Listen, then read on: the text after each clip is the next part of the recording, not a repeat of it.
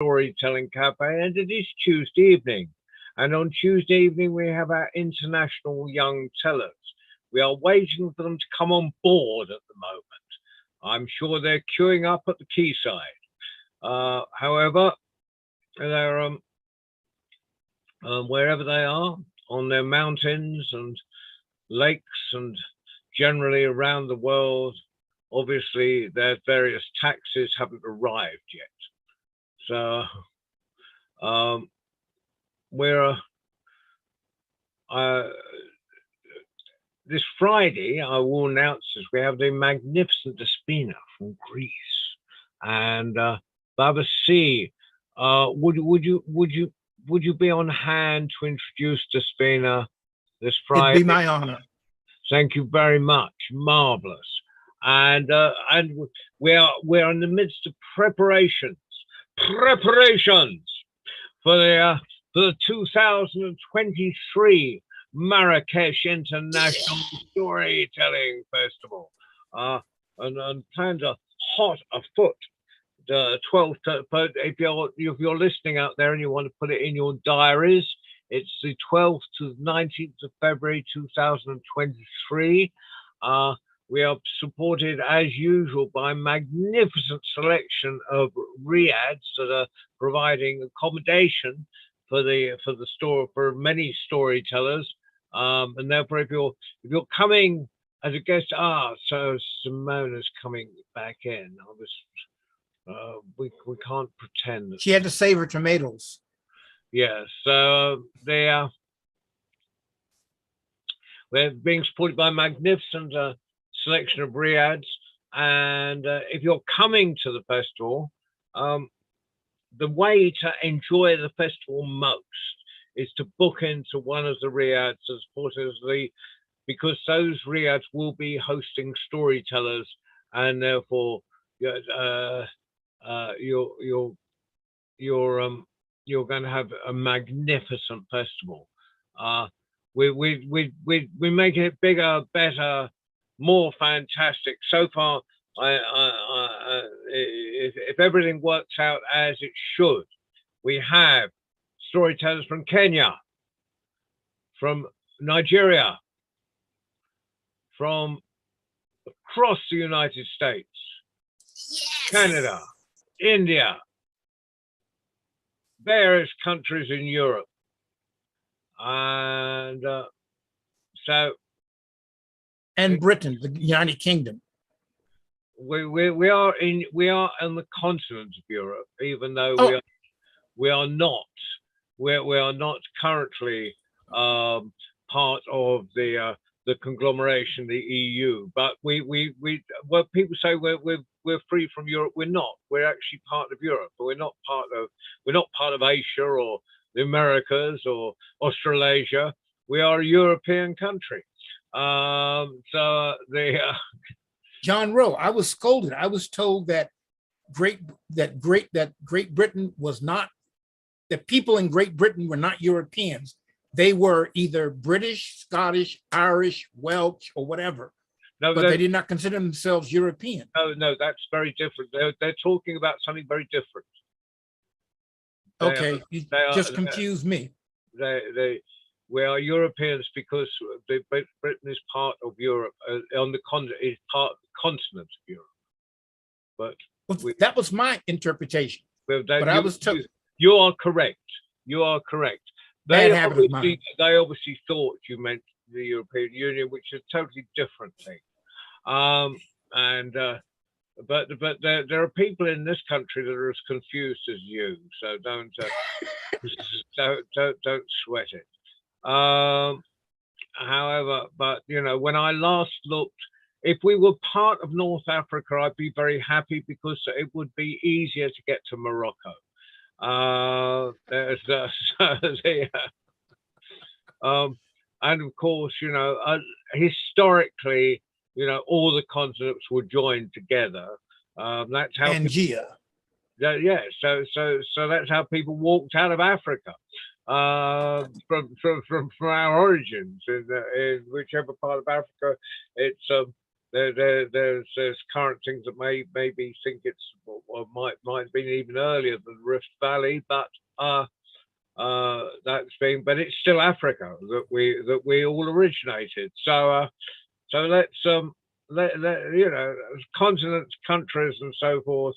But unfortunately, there are seas, and there are there's so we're having trouble. We're having trouble getting people in at the moment, in both physically and virtually. Today it's virtually, and I'm sure there are young people banging on the door to come in, but I'm looking at the admit side and I can't see any yet. So Babasi, you have your, Yes, sir. you have your first you've got a, have you done it, or you're about to do your first live one for a while? I've done actually 2 since being back from Marrakesh. I did one several Thursdays ago, and I did one in a library this Saturday past, and it was very interesting. I met some very wonderful and intriguing people, including a family of 5. A lot of people don't, a lot of artists, a lot of musicians do not allow anybody but them to touch their drum. And I invited the participants to come up and do a couple of licks on my drum. Where there were these 2 little boys who were twins, they came up and they started playing my drum, not just hitting it, playing it. And I'm like, oh, they got drums at home. I talked to the mother later on. She says, no, they're just that way. I said, well, I gave her my card. I said, I will recommend a studio to you that will teach them how to play the drums, because they have that talent. It was beautiful. If it's in there, it's in there. Simona, have you been doing anything live lately? Besides saving the tomatoes. Oh yeah, well, I saved them. I saved them. I actually did. I did my first storytelling in Italian a few weeks ago for Mother's Day here in Italy, and we organized an event with the local environmentalist organization, and there was this event for kids and their parents, and there was somebody who had stolen books from the local books share point, and but there were books all over the place that we followed, and then we stopped in certain points, and there was a primary school teacher who read a book, and then I told a story, and then in the third place where we stopped, there was an actress who did a dance, the tree dance for the kids. And we discovered that a dwarf had stolen the books because he was feeling lonely, because he had lost his mom, and so he wanted hugs, and the kids had to give him hugs. And so it was all about nature and moms and helping each other. And I told the story of a Wangalima in Italian, and it was great. You must have had a great time, because you were glowing telling us about this. So Simona, while we are waiting, now what we'd love to hear, because we are at the story rounds, we always hear you talking and telling in English. We'd love to hear your story in Italian so we can listen to the music of the story. To the whole story of a Wangalima in Italian? Well, yes, I think so. How long would it take? How long will it take? It would take about 10 minutes, actually. That's if you want, I can tell you a shorter story in Italian. And yeah, just in case, and then I mean, I'd love the 10-minute one, but if we get any children in, it would be it would cut down on their time. So could you tell us a story in Italian? We'd love a story in Italian while we're waiting. Sure. And I won't tell you the story, the name of the story I'm going to tell you, because I know that some of you know that story. I want to see if you recognize it. Okay. C'era una volta una rana che voleva volare. Voglio volare, voglio volare, voglio volare. La rana aveva due amici, due piccoli uccellini che volarono giù con un bastoncino.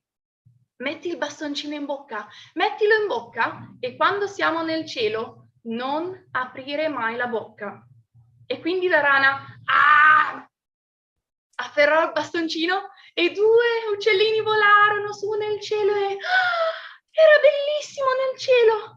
La rana poteva vedere tutto, le case, i laghetti, gli alberi, tutto, era bellissimo. E su un albero una scimmia disse: la rana sta volando! E giù un leone disse: le rane non volano. Ma sull'albero la scimmia disse: ma la rana sta volando! La rana sta volando! Ma giù un elefante disse: le rane non volano! Ma sull'albero la scimmia disse: ma la rana sta volando! Sta volando! Sta volando!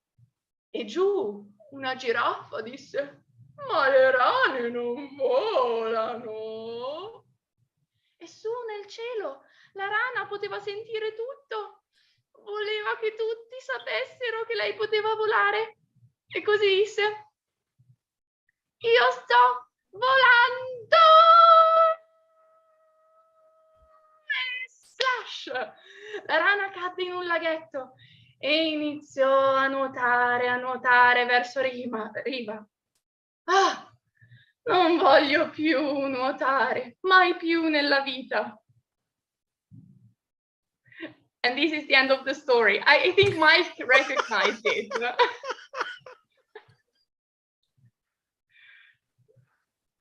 Thought I knew it first, but now I'm not so sure. At the giveaway, I knew it. Because Mike, I remember that you told this story, the Australian version or something like that. With the brown frog, yeah. I got the lion, the elephant, and giraffe, but Mike, what's the story? It's well, I don't know what the animals are in the Italian one, but it's the turtle that wants to fly. And Yeah. and they say, whatever you do, don't open your mouth. And he shouts down, I am in the sky! Splash. And Tell a version of that story. That's how it got its cracked shell. Yes. Yeah, that's the Indian version, I think. And this one I told you is the African version, and there's a frog. I tell three versions It of that actually story. dies at the end, but I don't make it die because I'm sad about the frog dying. But yeah, you know, unless you've got to really joke it up if you're going to have it die. Like you've got to make it almost like a Looney Tunes cartoon by going splat. In one of the versions that I tell, his shell shatters, but I tell people, but to this day, you can still see the tortoise because people make jewelry from his shells. And when they get hungry, I'm told they can enjoy a good can of turtle soup, but that's what I'm told. You know, but yeah, I tell three different versions of that story. And in fact, I love it. It's a good story. I think there's a sort of Pacific version, which is the turtle I'm holding on. Yes. Did Simona save the tomatoes? Yeah, I did. Well, that's okay then. That's great. We would have had time for you to tell the 10-minute one, but there's Mike. Well, while we're let's pretend you're under 25. It's a bit of a stretch, but okay. Am I muted? No, I'm not. You can hear me. Unlucky. No, I think now tell us the first story you ever told. It was one that my mum used to tell, which Gary Cordingley subsequently told me was actually Williamson. His name went out of my head. Duncan Williamson. Duncan Williamson, about the old woman who goes into the goes up to get some food from what she thinks is a house, and it turns out that it's actually a fairy mound. And it differs a bit. But back in probably 90 something, I was doing a thing at a sleep out for the homeless. And there was a guy who came along, a storyteller. And he asked if anyone had stories, and I told him that one, and he tells it still. That's a guy called Mike O'Leary. Ah, And so I told him the story, and he didn't say, "Oh, that's a Duncan Williamson story" or anything. He just, "Oh, well, thank you for sharing it." So I was really chuffed when I heard that it wasn't just a story that my mum used to tell, but it was a proper Duncan Williamson story. or it's the stories go round. Yeah. And so yours is your mother's story. Yeah. You got it from your mother. Duncan Williamson would have got it from his grandmother, because the idea of revivals is a nonsense, because grandmothers and mothers have always told stories. Yeah. They never stopped. Baba C, what was the first story you told, do you think? You're muted. That I didn't take the cookies from the cookie jar. No, that's not it. The first story I told, actually, the first story I told was a story I wrote in 6th grade. That would be primary school. And I wrote a story. We had an assignment, a homework assignment, to write a short story. And the teacher the next day asked for volunteers to share their story. And no one in my classroom raised their hands. So I raised mine. And I wrote a science fiction story. It was about an invasion, about Earth being invaded and how we thwarted the invasion. And I did sound effects. It was a short story, maybe 1 page, page and a half. And so I did the sound effects, I did the stories. My 6th grade class and I did not get along. To this day, I don't know what the problem was, but let me put it this way. There, in my 6th grade class, there were 2 halves, me and the rest of the class. So I told this story, the science fiction story, and when I finished, something very strange happened. I got a standing ovation for the first and only time in that class. So it was a sci-fi story that I wrote myself, and I wish I could remember the name of it, but I don't. No, but it was, and I like the idea of the class being 2 halves and you being 1 half of it, because you are immense. So you can easily be half of I knew you would pick up on that, but it was a horrible class. I mean, really, I used to get blamed for things that happened when I wasn't in class, because living with asthma, sometimes I'd have these horrible asthma attacks, and I might be out of school for a week at a time, and I would get blamed for things. And I have to tell the teacher, I couldn't have done them. I was gone for a week. But but you know what? It taught me the importance of words. And that's been a lesson with me ever since. So I've always used words to the best of my ability to make something positive. Mm-hmm. So my first story was a story I created and performed in grade 6 when I was in primary school. And Simona, what was the first story you ever told?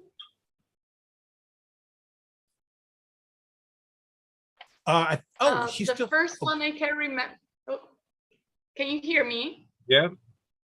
Yes. Okay. The first one I can remember is the one of the Giant's Causeway, the Irish legend of how of Fimacool. And how the Giant's Causeway was created.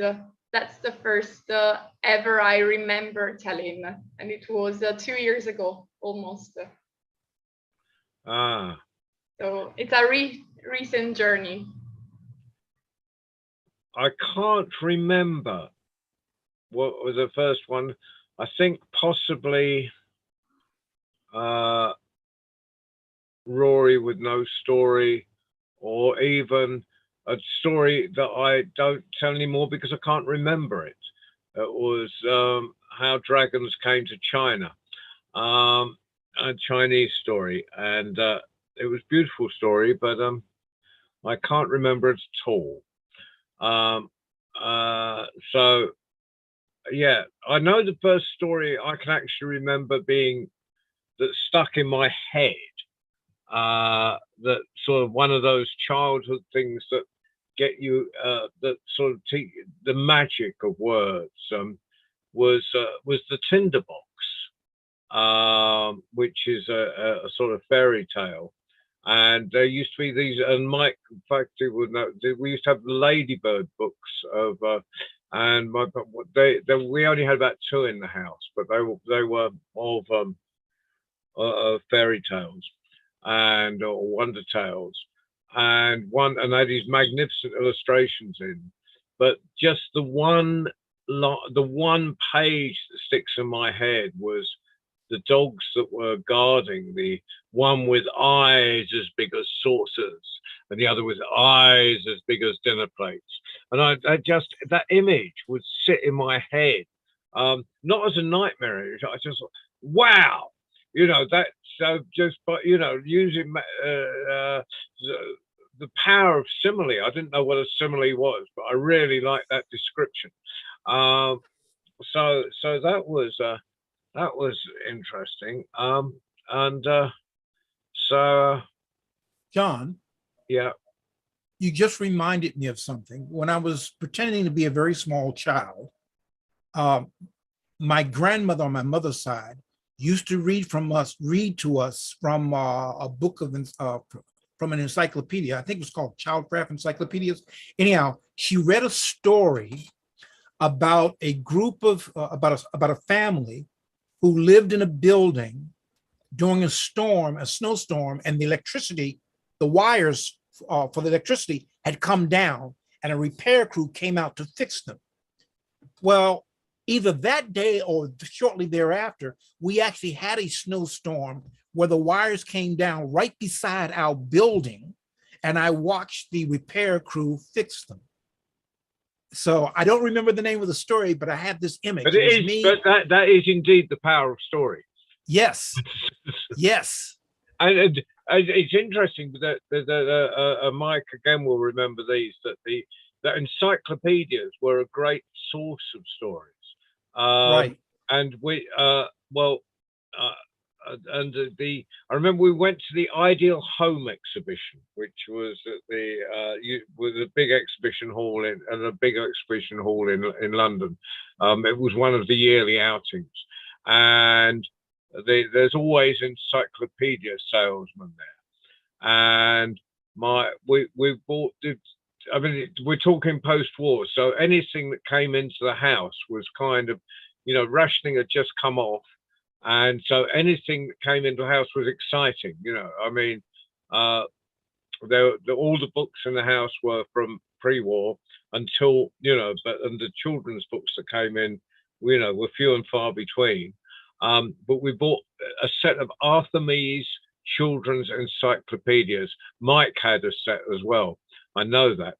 And because and they were wonderful, apart from having fantastic sort of illustrations of solar systems in, they would have rhymes and folk tales in, and there was a crooked man who had the crooked and that sort of thing, and I used to there was one volume had most of this stuff in, and I get my mum to read it to me over and over again. Mike's smiling. He's been there. Absolutely. And they had, I can remember a story, they had like little stories at the end of chunks. And it was a little boy who wanted to grow, and he'd seen his mum put beans into water and they swelled up. And he spent the day in a pan of cold water and was really upset that he didn't grow. I'm trying to think of his name. Like Epaminondas or something. In fact, well, I've still got the set, so I will. Wow. We had two leading sets of encyclopedias in this country, well, as far as I know, in Washington D.C.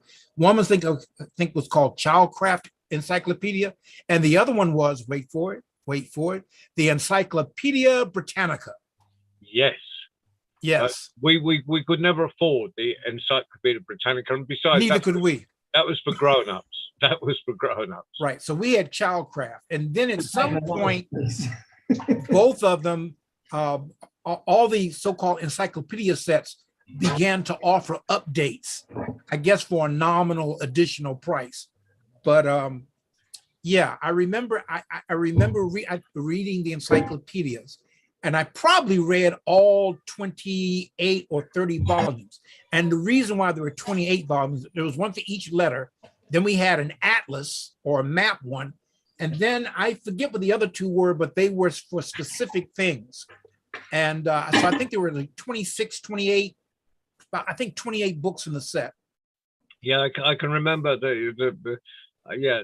But so Simona, what were the earliest books for you in your childhood? Well, you were talking about encyclopedias. I was thinking about an encyclopedia for kids that my grandma used to read from for me, and it was full of rhymes and stories, and also facts for kids, or there were some crafts. And I remember my grandma, we used to go to the room where this encyclopedia was, take a book for her and ask her to read this book for us. And while you were thinking about this, you were talking about this, I remembered this fact. But I don't have the encyclopedias anymore. Well, I'm a hoarder, so I've got 4 generations of people's junk sitting in my warehouse. Hey, John, yeah. My first book was not the encyclopedias. My first books, as far as I can remember, were reading comic books. And I remember reading them under the Christmas tree. Oh, wow, under the Christmas tree. When I was very, very, very, very, very small. I don't even think I had started school yet, but I was reading comic books. And a comic book introduced me to my first multi-syllabic word or syllabic word that I had to sound out. I was reading a Bugs Bunny comic book. Bugs Bunny was talking to Elmer Fudd. I presume you guys are familiar with Bugs Bunny and Elmer Fudd. Okay. Yeah. So he was, Bugs Bunny was telling Elmer Fudd that he just came from a carrot patch where they had carrots as big as he was. And Fudge told him, Bugs, you got to learn to stop. And I had to sound the word out. Exaggerating so. And that was the first big word that I had to sound out phonetically. And it was Christmas, and it was before I started school. And I tell people I started reading comic books. I am now a semi-retired collector of comic books. I have a small collection of about 5,000 books. Fantastic. It's interesting that the Brer Rabbit, I use Brer Rabbit as an example. I talk about the progression of tricksters from Africa to America, right, and then here. And so I talk about hare in Africa, comes to America, becomes Brer Rabbit, because of course Brer Rabbit is a jackrabbit. And then I say Bugs Bunny is just Brer Rabbit goes to Hollywood. That's a polite way of putting it. Yes. So, but that's what I'm talking to children, so they can see, they can relate back, and then I so it's but but a lot of Brer Rabbit stories were also Anansi stories that got changed because in the United States spiders are very small, and in Africa, spiders can grow larger than a man's hands. So a lot of the Anansi stories became Aunt Nancy stories, and a lot of Anansi stories became Brer Rabbit stories. So there's a parallel there, because Brer Rabbit stories from Africa and Anansi stories from Africa became Brer Rabbit stories in the United States. Yeah. Also, in the Americas.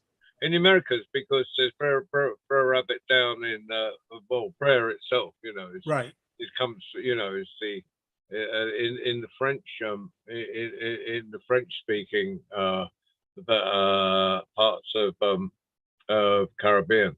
Right. So the but I mean it's the three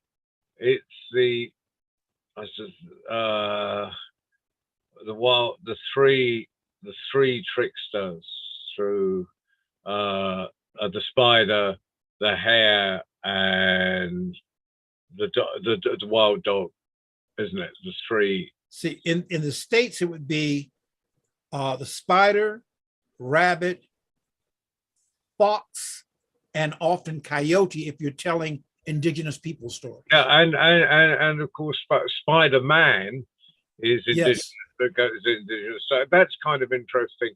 And of course, the fox is something that comes over from Europe as a European trickster. So, Well, and also a Native American. Pardon that. An indigenous people First Nation story. Yes, First Nations. Yes, he's also a trickster in First Nation stories as well as the coyote. Yeah, they're tricky animals. Either Yes. or in Africa, their animals live very close to people. Yes. Because and so this is there is a theory that the trickster, that the animals were used a lot in that by Griots, and you being one would know this. They're going from village to village. If they used people in the stories, everyone would think they were talking about them, because villagers are like that. You know, villagers. He's talking about me. No, he's talking about that lady down the road. So so by using animals, they could still get fed nicely without them, as they went from village to village without offending people. And that's one of the things that I would share. I would talk about how in the South, often an elder would tell a story. If you did something you weren't supposed to do, an elder might show up at mealtime, and you had to feed the elder, of course, and tell a story about an animal with a name similar to yours, or not say your name at all, but talk about what you did, what the animal did. And if you got up and said, "You're talking about me," and the elder would say, "Honey, did I say your name?" "Well, no." "Then I couldn't possibly be talking about you, could I? May I finish my story?" And by the end of the story, you knew what had been done and what you need to do to make amends. So yeah. And Simona, you still with us? Yeah, and I'm very impressed by Mike's domesticity there. He's doing a brilliant job. Yes, he is. Now we've actually this has been a really good session. We've actually talked about story. We've had a wonderful Italian story, or a story in Italian, and I just love that expression. I think on the story rounds you must always tell a story in Italian, because it's such a beautiful. It's a shame to waste that beautiful language by not sharing it. By not sharing it, because and Italian is such an expressive, like, as storytellers we throw our arms about a lot anyway, and the Italian language lends itself to throwing your arms around and being very we gesticulate. So I'd be careful with that word. Yeah, I know. I'm doing. You're doing a great job, Simona. Thank you very much. Babasi, thank you very much. Mike, I'm going to call a halt because we're 37 minutes in, and no one has joined us. We're feeling very alone. We're feeling very ignored as adults. The young people are obviously out enjoying themselves in the sunshine. How dare they? We're like the old people in lots of stories. We don't have a child. It's the one sadness. We've got this session and we haven't got a child. No. We must. Maybe don't. Don't even go there. We don't have a young child, because we're all somebody's child. We are, and in fact, we're all in our, depending on how long we have been walking this earth, in our first, second, third, fourth, or fifth childhood, or maybe more. There's that. But Babasi, if you can be me on, just in case, because I've got a show at. I'm going to look in my diary, but I think I've got a show at 6 o'clock with Taffy Thomas. on Friday, which will be amazing. I'm just looking in my diary. Yeah, I'm performing from 6 to 7 on Friday with Taffy. So I'll be here. that'll be quite a Chippenham Folk Festival. So if you In can fact, be, what, if you right, can keep be me, talking for a moment so I can officially put it in my diary, as you would say. That's Friday, the 27th. that is indeed at 6 o'clock in the evening, and that's Despina from Greece. I don't know which Covering island. for John Rowe. And that's Friday. Yeah, you might. Yeah, I got it. You might find Mike Russ turns up because when Yeah, I he and I, yeah, he and so I can share. between you and but if we can just let you know to ask Ali to go when to go live Yes. and wait for the magic the live signal to come up before we Right. start. Oh, Meanwhile, one. Could I share just one little quick thing, John? And I promise it'll be quick. Mike, don't shake your head. No. Go on then. So I used to do a summer enrichment program, and one year we had so many people enrolled, we had to open up a second campus. And when the parents found out I wasn't going to be at the second campus, I got very angry. I had to set that. So we had to find a co-director for the second campus. And my partner, my business partner, in her infinite wisdom, decided that my mother would be the perfect co-director because my mothers have saved so many children. Okay. So I have to get into this. So my mother and I are co-directing. But remember when I said everyone is someone's child? My mother sometimes would forget that I was her boss. And she would try to tell me to do things like I was one of the other children. And I realized I'm her child. So one day after session, I said, Mom, you can't challenge my authority in front of the children. I said, because when you do that, you're treating me like I'm one of the children. So you can't do that. And I don't want to pull rank on you because I am your boss. I sign your paycheck. And my mother said, from 9 to 5, you are my boss, but 24/7, I am your mother and your ride home. right. And on that note, please come back next Tuesday for this time. The children will be back. Thank you, Ali, for being here for us. So Yay, Ali! So we could reminisce on our journey through storytelling. It's been a great session because we've talked a lot about storytelling and where it came from in each of our lives. What is certain is that parents that read to us and told us stories were incredibly important to us in our development. And if there are parents out there, make time to read to your children or your grandchildren or tell them stories, because that way they might turn into something important. Storytellers. With that, Ali, thank you very much. We will go away. Thank you, John. Thank you, Mike. Thank you, Simona. Thank you, Ali. Thank you, Baba. Thank you. And Simona, now I'm hungry Ali. for some homegrown tomatoes. They're still green. Well, we have green fried tomatoes in the South. Right. That's Okay, a dish. Bye, everyone. Bye. We could spend Yeah. another Till the hour next on time. tomatoes. Bye-bye.